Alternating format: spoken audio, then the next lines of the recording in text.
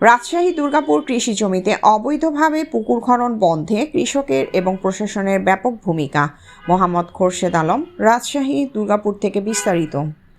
রাজশাহী দুর্গাপুর হারাতে বসেছে বিল, খাল, ফসলি জমি, কৃষকের হাসিতে ভরা সবুজ ধানক্ষেত মাঠ, চোখ জুড়ানো সবুজ ধানক্ষেত, বর্ষার পানিতে ভরা খালবিল আর মাটির গন্ধে মিশে থাকা জীবনের গল্প। সে চেনা দুর্গাপুর আজ যেন হারিয়ে যেতে বসেছে। গত এক যুগ ধরে লাগামহীন পুকুর খননের আগ্রাসনে ধ্বংসের মুখে পড়েছে এই কৃষিভিত্তিক ধান চাষ ও জনপদ। বিল, খাল ভরাট হচ্ছে কৃষি জমি, পরিণত হচ্ছে গভীর জলাশয়ে, আর কৃষক হারাচ্ছেন তাদের শেষ সম্বল। স্থানীয়ভাবে খোঁজ নিয়ে জানা গেছে দুর্গাপুর উপজেলার বিভিন্ন এলাকায় খাল ভরাট করে বাঁধ দেওয়া হয়েছে।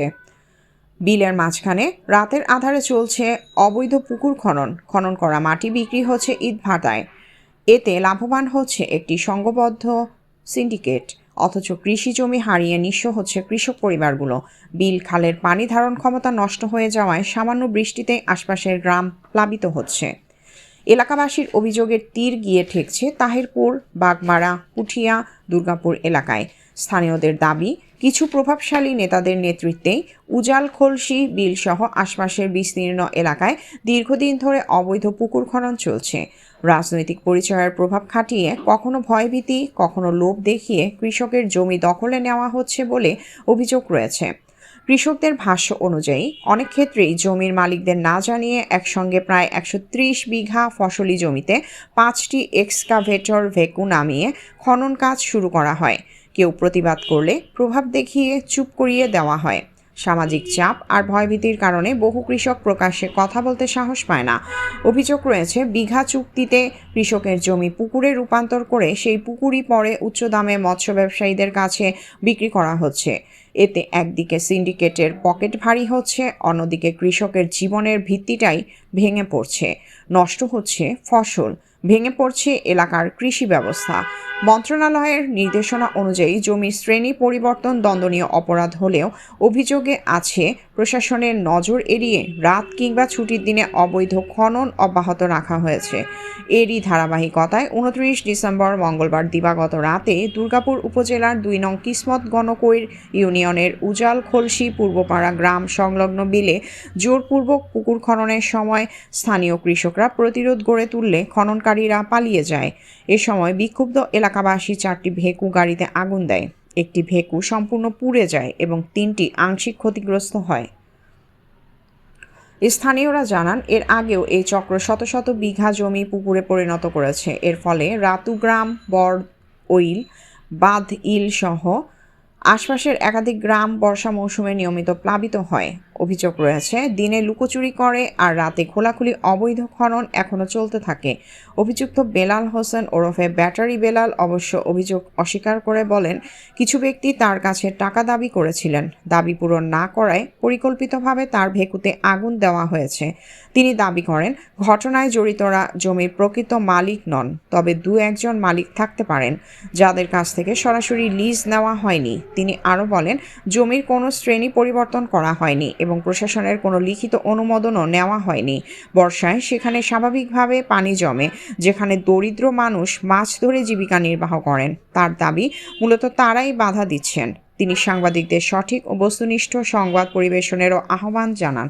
এর আগে গত 28 ডিসেম্বর 2025 সোমবার উপজেলা প্রশাসনের উদ্যোগে অবৈধ পুকুর খননের দায়ে ভ্রাম্যমাণ আদালতের মাধ্যমে একটি ভেকুর ব্যাটারি জব্দ করা হয়।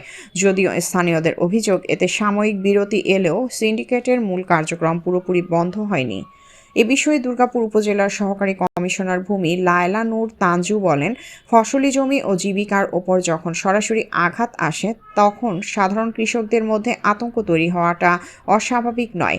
আমরা বিষয়টিকে মানবিক দৃষ্টিকোণ থেকেও দেখছি, তবে আমাদের মূল লক্ষ্য যারা আইন অমান্য করে অবৈধভাবে পুকুর খননের মাধ্যমে কৃষি জমি ধ্বংস করছে তাদের চিহ্নিত করে আইনগত ব্যবস্থা নেওয়া হবে। তিনি আরও বলেন, কৃষকদের পক্ষ থেকে একটি লিখিত অভিযোগ পাওয়া গেছে। সেই অভিযোগের ভিত্তিতে বিস্তারিত তদন্ত চলছে। তদন্তে যাদের বিরুদ্ধে অবৈধ পুকুর খননের প্রমাণ পাওয়া যাবে তাদের বিরুদ্ধে কঠোর ব্যবস্থা নেওয়া হবে। কৃষি জমি রক্ষা ও সাধারণ মানুষের নিরাপত্তা নিশ্চিত করাই প্রশাসনের দায়িত্ব, আর সেই দায়িত্ব থেকেই প্রশাসন কাজ করছে বলে তিনি আশ্বস্ত করেন। স্থানীয় কৃষকদের মতে বর্তমান পরিস্থিতিতে সহকারী কমিশনার ভূমি লায়লা নূর তানজুর এই অবস্থান তাদের কিছুটা হলেও সাহস জুগিয়েছে। তারা আশা করছেন প্রশাসনের এই দৃঢ়তা অব্যাহত থাকলে অবৈধ পুকুর খননের বিরুদ্ধে কার্যকর প্রতিরোধ গড়ে উঠবে। ইতিমধ্যে ক্ষুব্ধ কৃষকরা একত্রিত হয়ে অবৈধ পুকুর খনন বন্ধের দাবিতে উপজেলা সহকারী কমিশনার ভূমি এর কাছে লিখিত অভিযোগ দিয়েছেন। এলাকাবাসীর আশঙ্কা, দ্রুত শক্ত আইনগত ব্যবস্থা না নেওয়া হলে দুর্গাপুরের বিল, খাল, কৃষিজমি আর গ্রাম বাংলার প্রাকৃতিক ভারসাম্য চিরতরে হারিয়ে যাবে। বিষয়টি খুব গুরুত্বপূর্ণভাবে দেখছেন উপজেলা প্রশাসন। আমি জনগণের পক্ষ থেকে আমি বলতে চাচ্ছি যে এই জায়গাটা যাতে কৃষকের জায়গা যাতে পুকুর খনন করা না হয়, আমি এবং দুর্গাপুর থানা এবং রাজশাহী জেলা যে ডিসি মহোদয় এবং ভূমি মন্ত্রণালয়কে আমি অনুরোধ করে বলছি তারা যেন এগুলো যে পর্যবেক্ষণ করে বা নিরসন করার জন্য আমি ক্ষুধার্ত আহ্বান জানাচ্ছি। এই পর্যন্ত আমার বক্তব্য। এখন জনগণ আছে, দেখতেই পাচ্ছেন। বিসমিল্লাহির রহমানির রহিম। আমার নাম মোহাম্মদ শামসের আলী, বাড়ি আমার রাজশাহী দুর্গাপুর থানা উজল খলসি গ্রাম। আমি একজন কৃষকের ছেলে। আজকে আমি এখানে উপস্থিত হয়েছি। আসলে বলতে একটু খারাপই লাগে।